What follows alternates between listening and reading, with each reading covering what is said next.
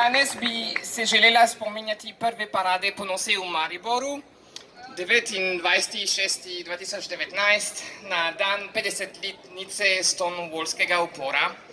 Saj se je nekaj zgodilo, kar se mi zdi precej simptomatično za današnjo situacijo v Sloveniji. Parada je bila super, ampak se jaz spominjam predvsem tega, kar se je zgodilo, ko je Rene začel govoriti o queer svobodi oblečen v barvah nogometnega kluba. Sama sem bila navdušena, da je reklamiral znak svojega mesta in lokalnega nogometnega kluba.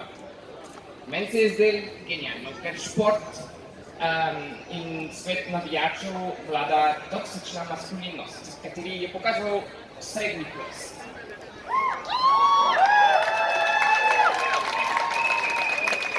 Sem pa začutila, da je bila skupnost deljena med navdušenjem in strahom.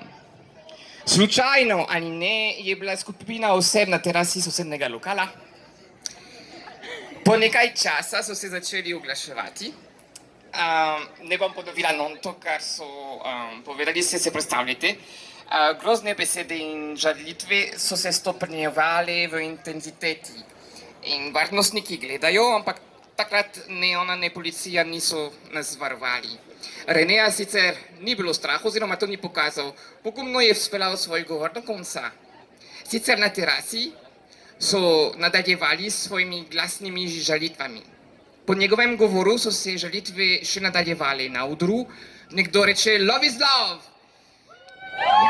Ja. Pa tam so provokatorji in provokatorke, ki se derijo in nam grozijo. No, vsak krik je malo bolj uničil govor in atmosfero. Vsaka žalitev je pogrenila izkušnjo in povečala strah, frustracijo in jezo. Tam na terasi skočijo od veselja. Počutijo se močni in izkoriščajo, da jih policija pusti pri miru, kar je vsem udeleženkam in udeležencem parade sporočilo. LGBTIQ plus osebe se lahko napada brez posledic. V hipu sem začutila naval adrenalina in strah ob misli, da ne stojimo zase. Strah, ker to pomeni, da so že zmagali in imajo vse pravice nad nami. In mislila sem, kako bo se to končalo. Zato, ko je nekdo začel kričati nazaj na provokatorje in provokatorke in jih probal preglasiti, se mi je strgalo od veselja. To je bilo samo en glas. Oseba, ki je ne poznam. Ampak je bilo vse, kar je bilo potrebno, da se je začel Nazi Hraus. In nenadoma sprostim napetost, strah, frustracijo in jezo in vse naenkrat. Hitro iščem nekaj pametnega zapovedati, ampak vse, kar rata je yeah!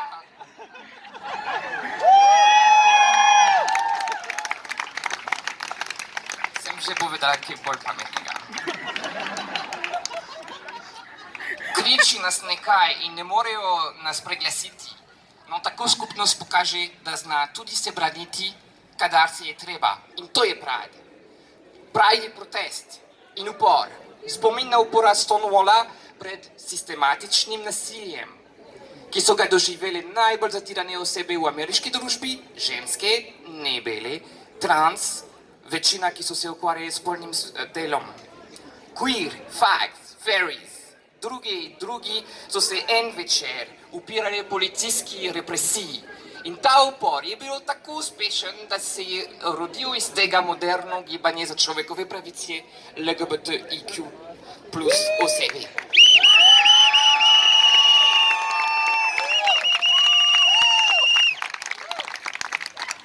Pa pogosto pozabimo, da je bil prvi kamen queer in trans pravist bila v bistvu opeka. Opeka, ki jo je policaj dobil v glavo, ko je enkrat preveč pretepal naše prednice in pretepnike. Stonewall opeka ni letela kot provokacija, ampak kot reakcija na sistemski nasilnost do ene skupine. Zato je Stonewall postal simbol obramba proti sistematskim nasiljem, simbol poguma par posameznikov pred opresijo. Ampak moje sanje so se spremenile v nočno moro, ko zaenkrat slišim: nehate izzivati, jih bomo še bolj jezili. In gledam okrog in vidim, da organizatorji pozivajo ljudi, naj se ne odzivajo. To je bila pač lov iz lov parada strategija in zaključek zgodbe je pa, da je policija prišla popisati Reneja in za svoj govor na paradi ponosa. Osebam na kafiču, ki so dejansko nas vsaj pol ure žaljevali s sovražnim govorom, pa se zaradi tega ni nič škodilo takrat. Tako, tako. No, ta incident 2 leti nazaj je dobra ilustracija današnja situacija na ravni državi.